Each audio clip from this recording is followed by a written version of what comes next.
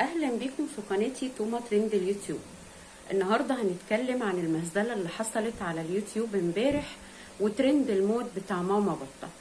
طبعا صحينا من النوم كلنا على الخبر، وقنوات كتير منزله منتديات، واكترهم قنوات النقد المحترمه اللي ما بتقابلش غير التقدير والاحترام من فئه قليله جدا اللي عارفه يعني ايه رياكت او نقد باحترام، واللي بيقدروا الموضوع دوت. ولكن الأغلبية بيدخلوا يشتموا قنوات النقد وبيهنوها. ناس كتير قوي من قنوات النقد نزلت تعازي لماما بطة، وكان أولهم مصرية في باريس الست إخلاص أبو رجيلة المحترمة، منوعات الهانم ترند يوتيوب وغيرهم وغيرهم وغيرهم.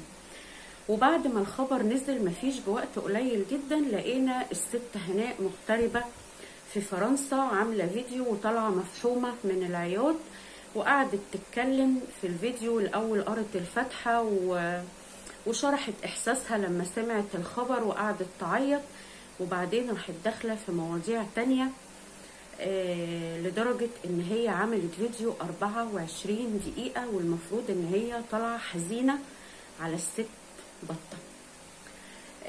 ودخلت في الموضوع كارت الإقامة، ودخلت في الموضوع الدفاع عنها والناس اللي بتدافع عنها، وحشت في الفيديو ان هم ما خدوش منها ولا مليم عشان يدافعوا عنها، وان كله كان لله، وان الناس دي اتظلمت، وراحت على طول حاطه ان الست ماتت من القهر من اللي بيحصل على اليوتيوب.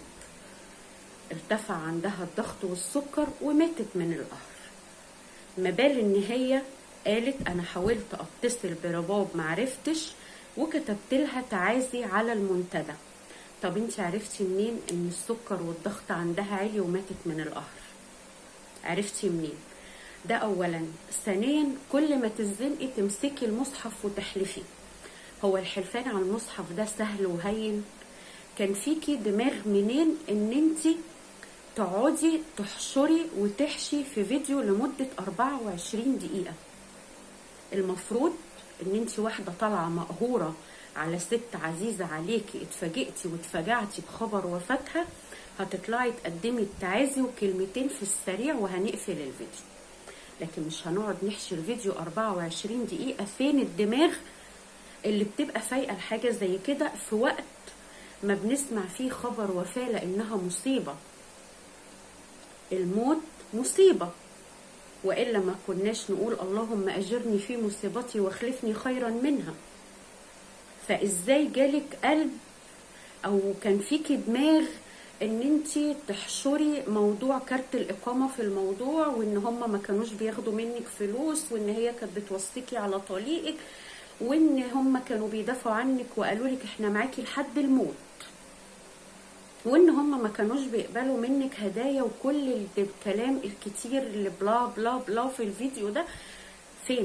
فين الدماغ اللي تستوعب انها تحشر كل المواضيع دي في وقت احنا يعتبر فيه في مصيبة؟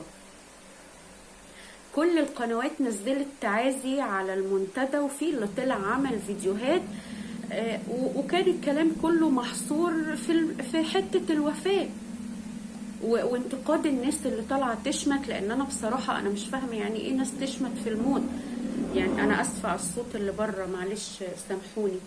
يعني ايه في ناس تشمت في الموت؟ الله، يعني لا شماتة في الموت ولا شماتة في المرض. اول ما البني ادم بيروح عند اللي خلقه خلاص الموضوع انتهى، ما يجوز عليه غير الرحمه. بس ده مش موضوعنا دلوقتي، لان الموضوع اتضح ان هي عايشه. فالناس اللي بتشمت في الموت الله يهديكم ويصلح حالكم. كل القنوات عملت منتديات، وفي اللي عمل فيديوهات. انا بصراحة ما عملتش، معرفش ليه، كان في جوايا حاجة بتمنعني، مع اني انا ما فيش بيني وبينها اي حاجة. حتى لو ذكرتها في اي فيديو عمري ما غلطت فيها، لان انا عارفة ومقدرة انها ست كبيرة قد امي، وتربينا على ان الكبير لو جاب من الارض وحط على دماغك ما ينفعش ترد عليه. فحتى لو انا قناه نقد او قناه رياكت انا ما اقدرش اغلط في حد، وانا ما بغلطش في حد اساسا، عشان في ناس بتدخل تغلط فيا. وكان اقربها واحده امبارح داخله تغلط فيا وبتقولي انتي ليه ما بتتعلميش من الست هناء وماما بطه والدكتوره رباب انك تقولي كلام حلو وما تشتميش، يعني انا عايزاكم تضحكوا. فرديت عليها قلت لها انت مصدقه نفسك؟ ورحت ضحكه. وازاي انت منتقبه وبتقولي كده؟ مالها المنتقبه حضرتك؟ هو انا طالعه ارقص ولا طالعه اغني؟ انا من حقي اقول رايي زي ما الاحداث بتطلع على العام، انا من حقي اقول رايي على العام، انا وكل قناه نقد او رياكت، لان ده محتوى ننتقد فيه او نعمل رياكت على السلبي والايجابي، مش السلبي فقط لا غير. فمالها المنتقبه حضرتك؟ ناس تطلع تقول لي انت بتعملي نميمه وبتعملي غيبه. لا حضرتك، انا زي ما بشوف قدامي على العام الحاجات اللي بتطفح علينا، انا بقول برضو رايي على العام، وما بغلطش في حد، ما بشتمش حد. احنا بنتشتم لكن انا ما بشتمش حد، وكل واحد ردوده بتبين اخلاقه. ما علينا.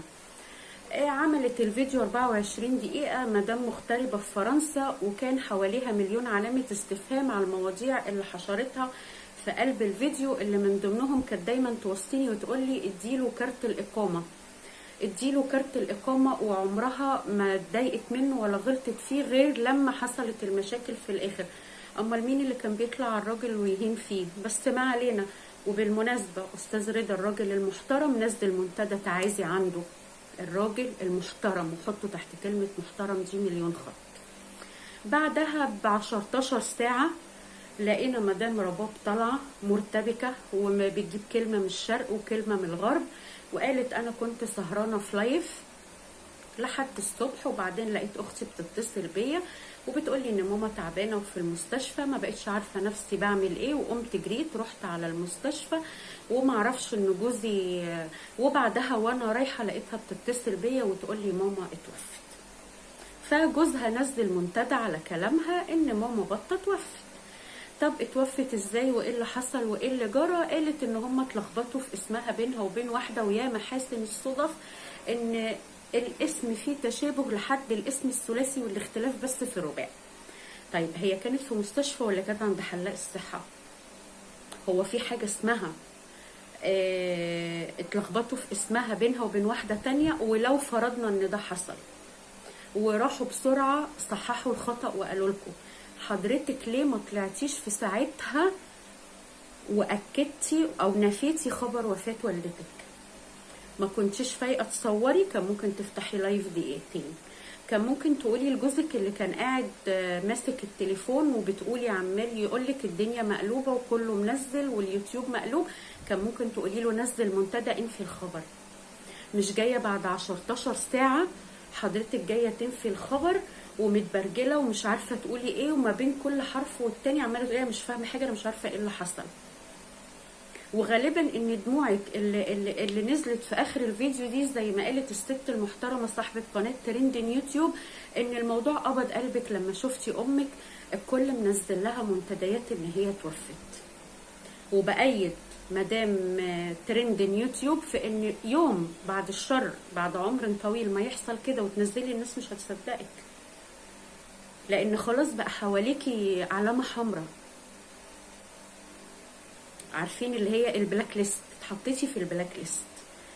فده بيأكد كل قنوات النقد المحترمه ان انتوا عاملين ترند بالموت، بتتاجروا بالموت باتفاق بينكم وبين بعض، باتفاق بينكم وبين بعض. الغريب ان ازاي يجيلكوا قلب تتاجروا بالموت؟ ده لا شرع ولا دين ولا عادات ولا تقاليد ولا إنسانية ولا أي حاجة في الدنيا تقول يعني تأيد اللي انتوا بتعملوه. وفي الآخر بتطلع الناس المغيبة اللي رافضة تسمع ورافضة تفهم تشتم قنوات النقد.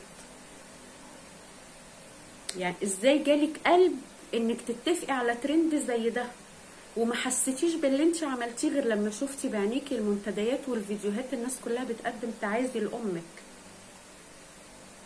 وقلتي نفس الكلمة اللي قالتها المدام ان الضغط والسكر ارتفعوا. اذا رديتي عليها في التليفون وكان في تواصل، مش زي ما انتي قلتي انا مش فايقه ارد على حد ومش عارفه ارد على حد، وزي ما هي قالت انا ما عرفتش اوصل لها، وبعدين قالت الضغط والسكر عندها عالي وماتت من القهرة.